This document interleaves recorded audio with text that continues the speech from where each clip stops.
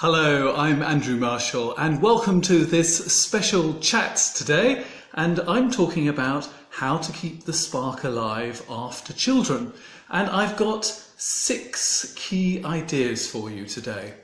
Now, as with all Facebook Lives, there's a chance for you to join in as well.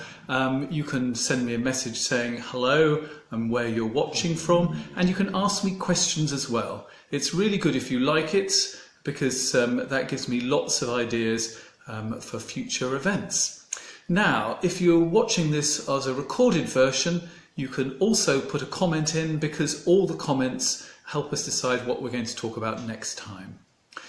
So, our topic today is how to keep the spark alive after children, and remember, I do want your questions. So, it's really difficult to keep the spark alive after you've had children because you're so tired. You've got the children hanging on to you the whole time and you're not really feeling very sexual. In fact, it takes a woman normally 18 months to get back the level of the hormones that provides desire after having a baby. And if you have 2 children under 5, you've just basically got your hormone levels back to normal, and wham, you've got another child. And actually, 2 children under 5 is one of the most critical times of people's sex lives going out the window. So I know you're not going to be feeling spontaneously horny, but you can be recruited for lovemaking. And remember, what I'm talking about is intimacy. And that is the really key point here. Intimacy, connection. I'm not talking about getting jiggy particularly, but obviously getting jiggy is really nice as well. So let's start to talk about the 6 topics that are going to help you keep your sex life and your intimacy alive even though you've got children. The most important thing to remember is the spark doesn't come from outside. Now, we have a tendency to think that all our sexual desire comes from outside. We see somebody gorgeous and we feel horny. I'm afraid to say men in particular are very keen on thinking about the attraction is going to be sparked from outside, that their partner is going to spark it, or they might watch pornography or something like that. But actually, we've got to feel our own desire rather than respond to somebody else's. So how do you feel your own desire? Well, I think it's really important to just actually spend some time somewhere like the bath, where you're relaxed and you're actually thinking about your body, thinking about the changes, that you're actually exploring your own body a little bit, running your hands over your body, finding the places where it's actually nice to be touched, because after having children that can actually change quite a lot. So you really need to get to know your body again, because we don't really think very much about where we like to be touched. It might be the side of the neck here is actually really erotic for us and very sensual, and that actually might be something that actually helps us get into our body and begin to feel the desire. And it's very seldom going to be the famous erogenous zones, and unfortunately our partners often go straight for those. So if you can actually know where it is that you get the pleasure from, you can actually communicate that to your partner. I suggest you do it in a very positive way. Oh, I really like it when you nibble behind my ears. That is really erotic for me. Or, you can move his or her hand to where it is you like to be touched. So the first point is the spark doesn't come from outside, it comes from inside. So do look inside yourself and get some sense of what actually turns you on, and be aware of what actually feels nice as far as being touched in your body is concerned. My second point is it takes time to get into the zone. Now, I know busy mums have no time whatsoever, but this is important. You can't just sort of get into bed and say, right, I'm ready for it, because it doesn't work like that. You need some time just to relax. And this is where stroking and cuddling are really important. And you need to take as much time as possible. And if you take only one piece of advice away from today, what I would say is, please slow down. Because the longer you spend with the stroking and the cuddling, the more you're going to feel your own desire. You're going to get in touch with the things that you find nice. rather than actually trying to rush for the exit. And I think this is one of the big problems that we get, is that, and this is my third point, is we get couples get into what I call all or nothing. So either they're going to have full intercourse, or they're not going to touch at all, because the fear is, if your partner comes up and puts their arms around you, that if you allow him or allow her to put his or her arms around you, that you're actually saying, yes, I want full intercourse, and you're getting them all horny and they're going to get upset. And so that means that either you're doing everything or nothing. And actually there are very few times when you actually fancy everything. And there's lots and lots of really lovely things between nothing and everything that you can really enjoy. So you need to get out of that all or nothing kind of place. And I'm going to give you some ideas for that. So, don't forget that if you have any questions for me, please do post them, and I'll be coming to those in a while. So we've got through 3 of our central points, which is the spark doesn't come from outside. It takes time to get to the zone. Don't go for all or nothing. And this next one, number 4, is actually one of the most controversial ones. It's okay to plan for sex. Now, spontaneous sex is wonderful, but when you have 2 children or even 1 child, when do you actually have time to do something spontaneous when it comes to sex? Often it's when you've got 2 tired people right at the end of the day, when sex is the last thing that you want to do. So spontaneous sex is fine, but planned sex is really good because you can rely on it. If you just have spontaneous sex, you'll have it on your summer holidays, at Christmas and Valentine's Day, and perhaps on your birthday if you're lucky. The great advantage of planned sex, if you put it in your diary, tomorrow night we're going to have a chance to be intimate together. We're going to have fun together. Is one, you can look forward to it. The planning can be fun and you can rely on it. Now, I know what you're going to say, and this comes to my next and my 5th point, which is sensuality. Because if your only option when you're going to have intimacy together is that you're going to get jiggy, have full intercourse, or you're going to masturbate or have oral sex, you've really got to be in the mood for it. And if you find tomorrow, let's make it tomorrow, you're not in the mood, you can have a whole range of other sensual options that you could throw in as well. So my favourite one is have a bath together. I once had a couple who had a bath together every evening for the last 15 years. And guess what? They were one of the couples that had the best sex life I ever came across with the couples I saw. It just gave them a chance to be together in a very sensual kind of way. You can wash each other's hair. That is the most beautiful thing possible. Another one I love is actually feeding each other in the bath. It's just absolutely lovely. And you can dry each other down. And if that's the only thing you do, and then you just give each other a nice hug, I promise you, you will have the most wonderful time. It will be absolutely lovely. It will be so much intimacy. And this is what I'm talking about. I'm talking about sensuality. This stroking and cuddling. Put a blanket in front of the fire and just stroke each other. There are just so many things that you can do. And by this way, you're getting out of the all or nothing trap. You can plan sex because actually if you've got a headache or you're really tired and you don't want sex, nobody's ever too tired to be held. So you've got some other alternatives. In a moment I'm going to start coming on to questions. I know it's really difficult to ask a question on this subject, so I'd like a really brave person to come forward and ask me a question. I know it's difficult, but everybody will thank you for it. And I won't mention your name, so that makes it a little bit easier.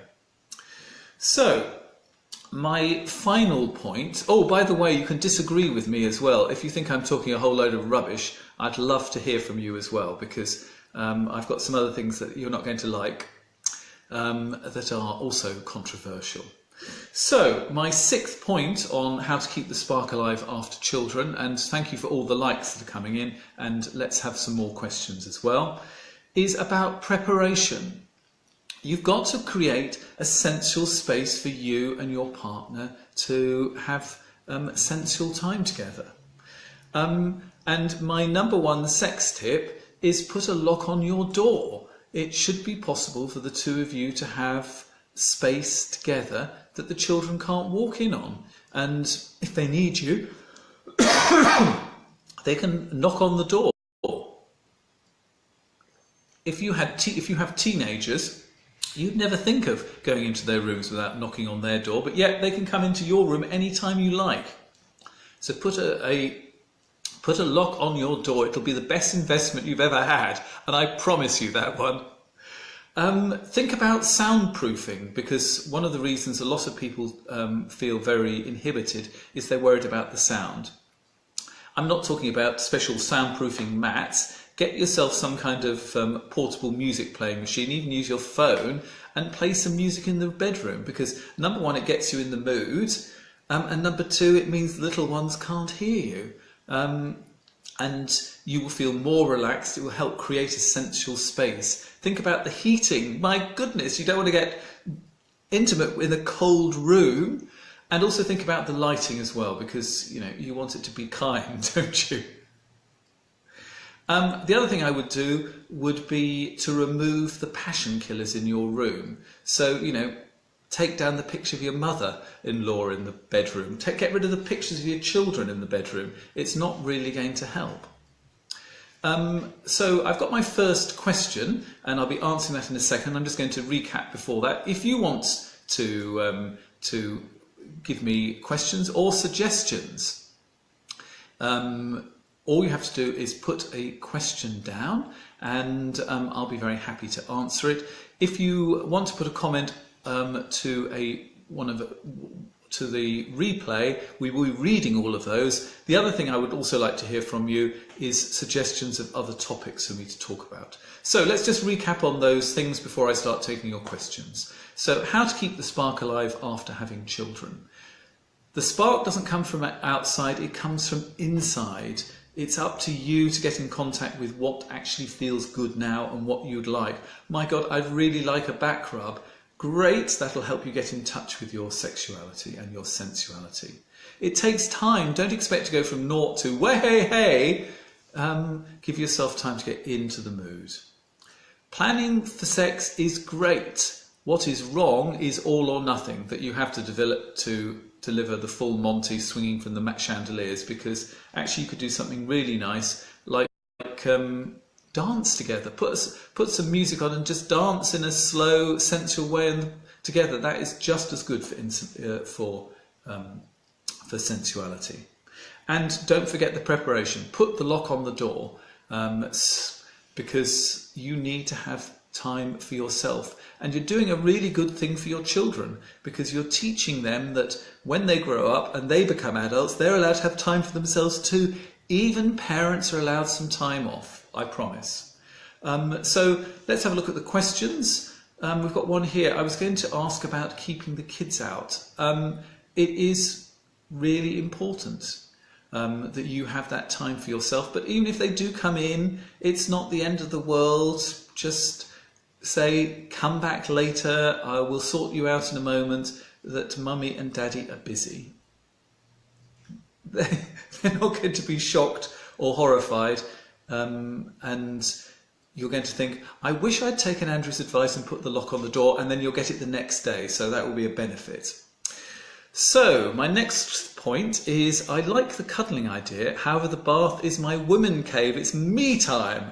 But you could have sex locks on the door. I think one of the reasons why you have it could be your woman cave time is because of that lock on it. You can actually do that. So if actually you don't want to let him into your woman cave time, there are other places that you could do. You could make a nest by the fire. That's a lovely place that you could just be sensual and have a chance to spread out. Get the cushions down off the sofa so you're not sort of banging your head all the time. Invest in a yoga mat. There are all sorts of places. Get some massage oil. I mean, that is really wonderful. One of my tips for massage is, we're not really interested in you giving a really good massage. Actually think about what it is that you're enjoying. You know, you look at your partner and you really, really look at them as if you've never seen them before. Gosh, look at the way the back of their hand is put together, so that you're really exploring it and really getting in touch with the sensuality. Your fingers are actually being switched on, not as something to pick up children or to scrub the floors, but to actually give you pleasure. Forget about giving him pleasure, just that pleasure of feeling that warm touch and actually getting in contact with what you like. Do you like that sort of the hairs on the back of the hand, or perhaps you prefer the smoother side? You know, really get in touch with the sensuality of it. So, you know, if you don't like the bathroom as a sensual place because, you know, you need to keep that as your place, well, use your imagination. Think of some other places. So I've got some more questions coming in now, and the next one is, what if you feel pressured for sex? And that is a really difficult one because it is a huge turn-off. I think that it's a good way of dealing with that is actually having a chat about it away from the bedroom. Don't have it in the bedroom. Don't have it directly after you've been pressured. Have it another time. Say, I love you. I love being with you, but there are things that you do that turn me off, and actually asking me over and over again for sex is really difficult for me. I wonder what it is that I do that actually is difficult for you. So you're actually hearing not just what's difficult, he's just not hearing what's difficult for you, but you're hearing what is difficult for him. And then here is one of my most wonderful questions you can ask each other. What could we do differently? How would we... Oh, I've got a second one for you. I'm giving you them for free tonight. Not only how could we do things differently, but dream about how you'd like it to be. I'd like it to be where we've got lots of time. Right, how do we create that time? And in that way, the two of you are actually working together as a team to improve your sex life. The reason he is pestering is because he thinks it's actually all his responsibility to keep your sex life going, and actually it's both of your responsibility. And if he actually feels that you are taking this seriously and taking it as both of your responsibilities, he will actually feel that you can do it as a team and he won't pressurize. And actually, if you sometimes initiate, and it might actually only be not only because I love the sensual stuff, but it might only be a sensual thing. But that actually makes him feel desired too, because trust me, men need to feel that you find them attractive too. We are sensitive souls too. We need to feel desired. So I hope that my talk on Facebook today has given you some food for thought about how to keep the spark alive after children. Thank you for all your likes. It's been wonderful seeing them all flash up, and thank you for the brave people who actually put up a question for me. That was really brilliant of you. Thank you very much indeed.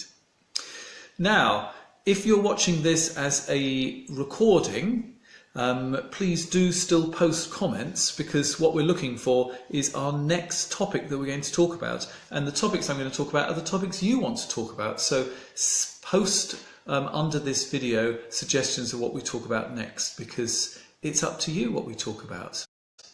It's been really good talking to you. Please continue to like the videos. Please share it with your friends. Tell them that you've enjoyed this, and please keep on making that spark go wild. Bye-bye.